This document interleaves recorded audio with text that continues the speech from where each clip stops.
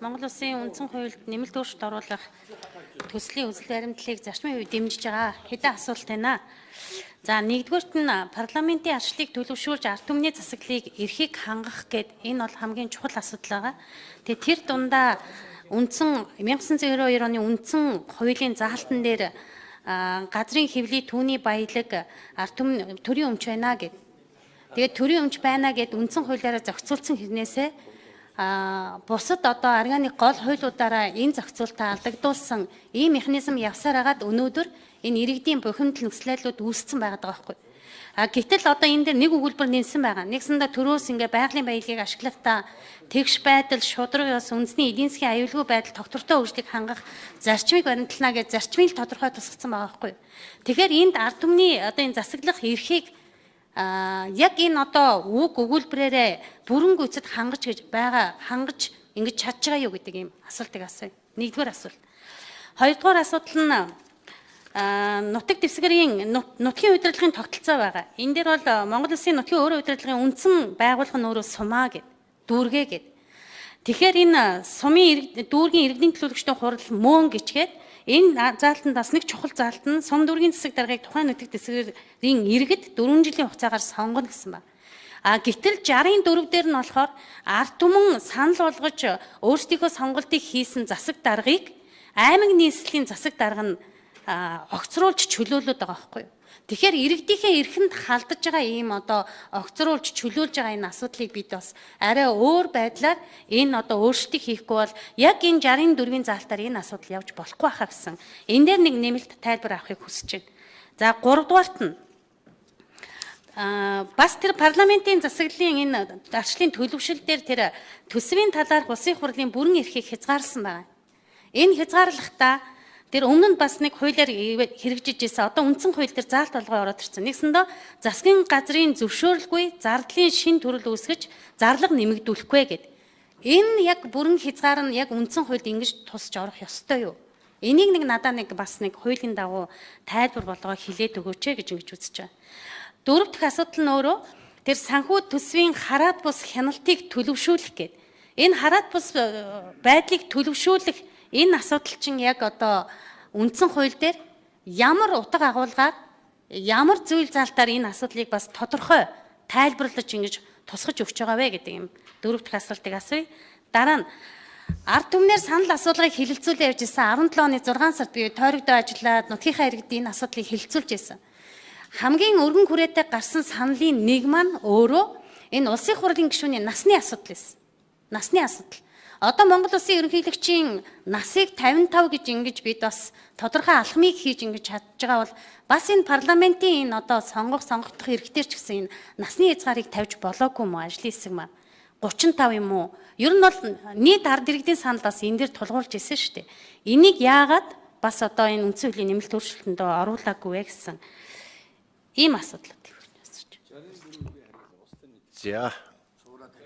За 64 эхний асуулт тий. Тогтгосрон гишүүн хариулъя. За амар зай гишүүн их чухал асуудал өндөж байгаа маа. Энэ орон нутгийн удирдлагын тогтолцоо бол сурангүй болох гэсэн хэсгийн 64 дахь залтыг асуусан. За энд ийм байгаа юм. Яг засаг дарга бол ард түмнээс сонгогдож дээш шатны засаг дарга нь сум дүүргийн засаг дарга ард иргэдээс сонгогдож дээш шатны засаг дарга нь батламжилж байгаа юм.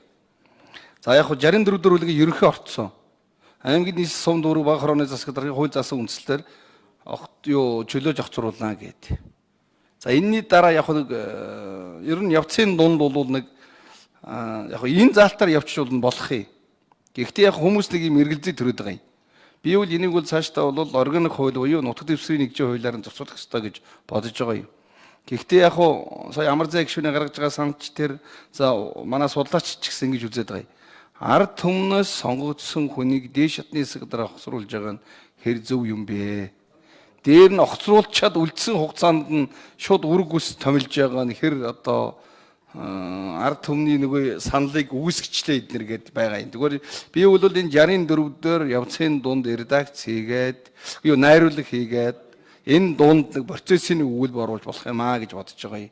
Манай судлаач нар бол энийг сайн бодож байгаараа тодорхой иргэдийн саналын үндсэн дээр 30% гэдэг юм уу 50% гэдэг юм уу тэр тухайн сумын иргэдийн саналын үндсэн дээр огцруулдаг тийм одоо томьёолагч оруулахад бол болохгүй болов уу гэж бодож байна.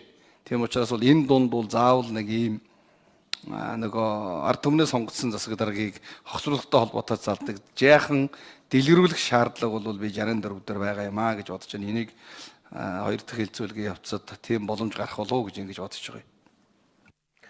За тэг хилцүүлгийн явц нэг нэмэлт өөрчлөлт орж байгаа асуудлуудыг тэг хөндөд засах, өөрчлөх бололцоо боломж нээлттэй. Нэмэлт өөрчлөлт болох хөндөгдсөн заалтууд дээр. Тэр хүрээндээ амар зай гишүүн бас энийг өөрчлөх бас бололцоо байгаа юм байна. За Содбаатар гишүүн тэр байгалийн баялагийг тэгш шударгаар хуваарлах зарчим алдагдаад байна гэдэг дээр. Тэгэхээр өнөөдөр ард иргэдийн бас нэг хамгийн хүсэн хүлээж байгаа асуудал бол энэ нийтийн өмчлөлтөй холбоотой, нийт эрх ашигтай холбоотой, улс орны ашиг сонирхолтой холбоотой энэ байгалийн баялагын ер нь баялагын хуваарилтай холбоотой асуудлыг нэлээд хөндөж байгаа. Тэгээд бид нар 6 дугаар зүйлд бол энэ өмнө нь одоогийн 34 байгаа үндсэн хуулиар бол бид нар 6 дугаар зүйл тодорхой зааж өгсөн байдаг. Монгол улсад газар түүний хэвлэлийн ой ус, амьтан ургамал, байгалийн бусад баялаг гагцхүү ард түмний мэдл төрийн хамгаалтанд байна гэдэг. Тэгээд 6-ыг 2-оор бас наривчлаад энэ төрийн өмч байх Монгол улсын иргэдэд өмчнөөс бусд газар түүнчлэн газрын хэвлэл түүний баялаг ой усны нөөц ан амьтан төрийн өмч байна гэдэг. Ингээд нарийн зааж өгсөн. Тэгээд сүүлийн ер нь бол үндсэн хуулийн эдийн засгийн онолоор бол зөвхөн одоо төсвийн асуудлаас гадна улс төрчдийн энэ одоо улс төр эдийн засгийн томоохон шийдвэр гаргах процедурыг бас үндсэн хуулиндаа зааж өгсөн орнууд бол их олон байна. Нэгс зарчмын зааж өгч байгаа. Бид нар бол энэ удаа байгалийн баялаг ашиглахад төрөөс удирдах, баримтлах зарчим нь бол яг одоогийн манай энэ үндсэн хуулиар энэ батлагдаад байх юм бол 5 одоо зарчим үүснэ гэж үзэж байгаа. Нэгдүгээр тэгш байдлын зарчим, 2 чударгасны зарчим, 3 үндэсний эдийн засгийн аюулгүй байдлын зарчим, 4 тогтвортой хөгжлийн хангах зарчим. За үндсэн хуулийн 16-гийн 2-т байдгаар эрүүл аюулгүй орчинд амьдрах орчин, эрүүл аюулгүй орчинд амьдрах, орчны бохирдол байгалийн тэнцэл алдагдахаас хамгаалуулах хэрэгтэй гэсэн. Энд одоо зарчмууд бол энэ байгалийн баялаг ашиглахад бид нарын барьж байгаа төрийн барих зарчим юм а гэж. Тэгээд энийг зааж өгсөн ийм орнууд бол дэлхийд байна л да. Тодорхой хэмжээгээр одоо бид нар ингээд та бүхэнд бас энэ одоо үндсэн хуулийг боловсруулах хүрээнд хийсэн судлаачдынхаа юмнуудыг нэгтгэхэд та нарт ийм метрод болгож өгж байгаа. Тэгээ энэ дээр бас энэ бусад орнууд энэ байгалийн баялаг ашиглалттай холбоотой зарчмаа яаж тунхаглаж байгаа юм.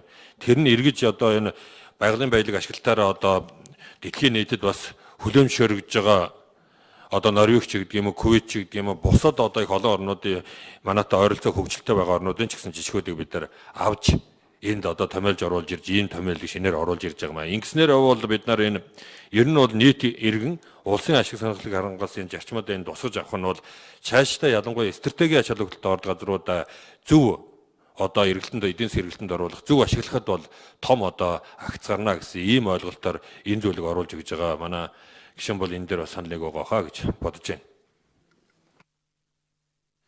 За улсын их хурлын гишүүний нас дээрээс нь улсын их хурлын төсвийн талаарх бүрэн эрхийг хязгаарлах аудит хяналттай холбоотой асуудлаар зандан дарга хариулах уу? За их хурлын дарга.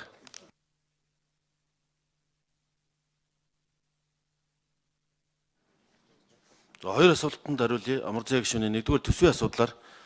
Тэгэхээр төсвийн талаар ер нь парламентын цэцэлтэй улсууд нийтлэг гадаг нэг шүүмжил бол энэ за 76 сангийн сайтай болчлоо. Төсөв ороод ирэхээр төсвийн зардлыг талдаа шинжирээд үр ашиггүй хуваарлцлаа, тараачлаа гэсэн шүүмжлэх гардаг. Ийм ч учраас бусад улсуудын туршлага бол энэ Солонгос, Герман, Эстони, Франц, Грек зэрэг улсууд бол төсвийн зарлага нэмэгдүүлэхийг хоригддог. Засгийн газрын зөвшөөрлгүйгээр төсвийн зардал нэмэгдүүлсэн хууль батлах, сайд нар тусдаа тийм хууль санаачилж оруулах энэ төр гэдэндээ хоригдсон тийм заалтуудтай байдсан байна. Ер нь бол гүйцэтгэх эрх мэдлийг хэд хязгаарласан гэдэг зүйл бол ерөөсөө хүнээ мэддэг, мөнгөө мэддэг болчих юм байна гэсэн. Тэгэхээр гүйцэтгэх эрх мэдэл үйл ажиллагаагаа доктортой хариуцлагатай явуулах тэр шаардлага бол парламент тавина хэн шалгах эрх мэдлээ хэрэгжүүлнэ. Ийм ч учраас төсвийн хяналт, төрийн санхүүгийн аудит хяналт шалгалтыг бол бас нэлээд хараад ус сайн байх ёстой. Харин нөгөө талдаа засгийн газар гүйцэтгэх эрх мэдэл бол хүнээ мэддэг буюу сайд нараа томилдог, мөнгөө мэддэг буюу төсвөө өөрөө баталдаг, хариуцлага хүлээдэг.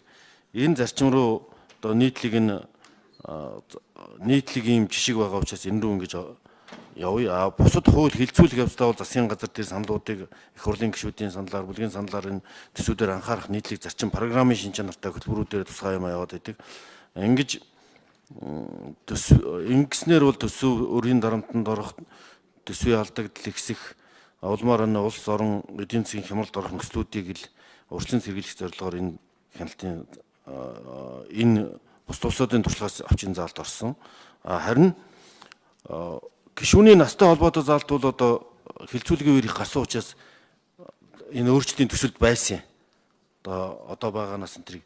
Тэгээ яг энэ бусад байгууллагуудаас авах санал авах явцад заваас нь олон гишүүд ажлын хэсгийн саналын явцад бол хэтэрхий юм жижиг асуудлуудаар хөөцөлтөөд үндсэн хуулийн өөрчлөлтийн гол одоо косметик өөрчлөлт болоод байна. Энийг хасах гэсэн ийм зарчмуудын дагуу шүүгчийн нас, гишүүний нас гэсэн хоёр зардал бол энэ ажлын хэсгийн явцад хасагдсан байгаа.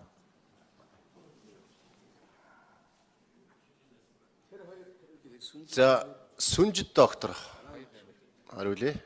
Дараад нь Машбат. Хоёрдугаар хоёр номерын микрофон.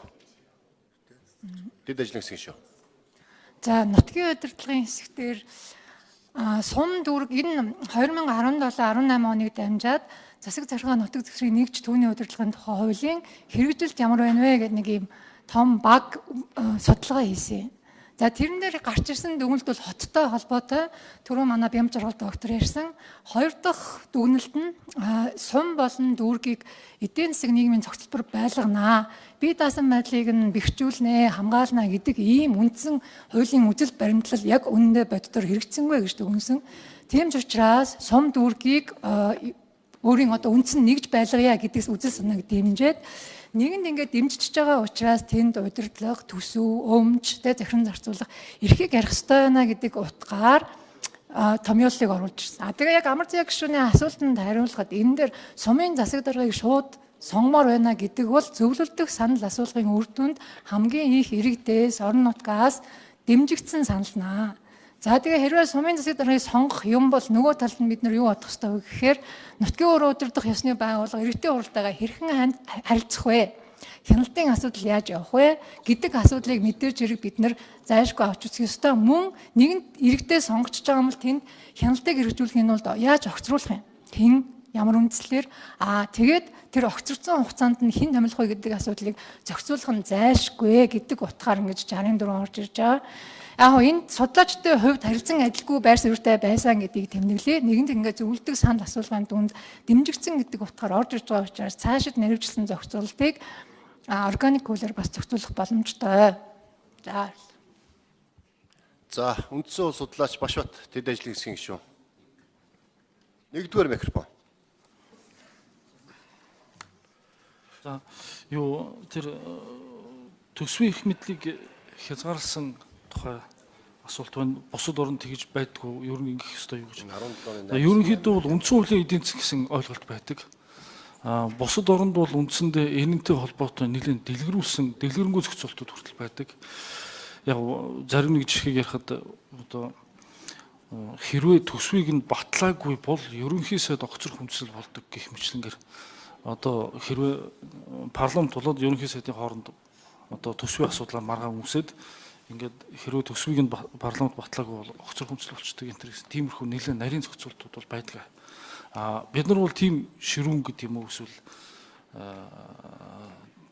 тийм зөрчил хүргэх тийм зохицуултыг авсангүй их ерөнхий иймэрхүү зохицуултыг авсан юм шүү гэдгийг тэмдэглэж гэсэн. Баярлалаа. За баярлалаа. За Эрдэнэт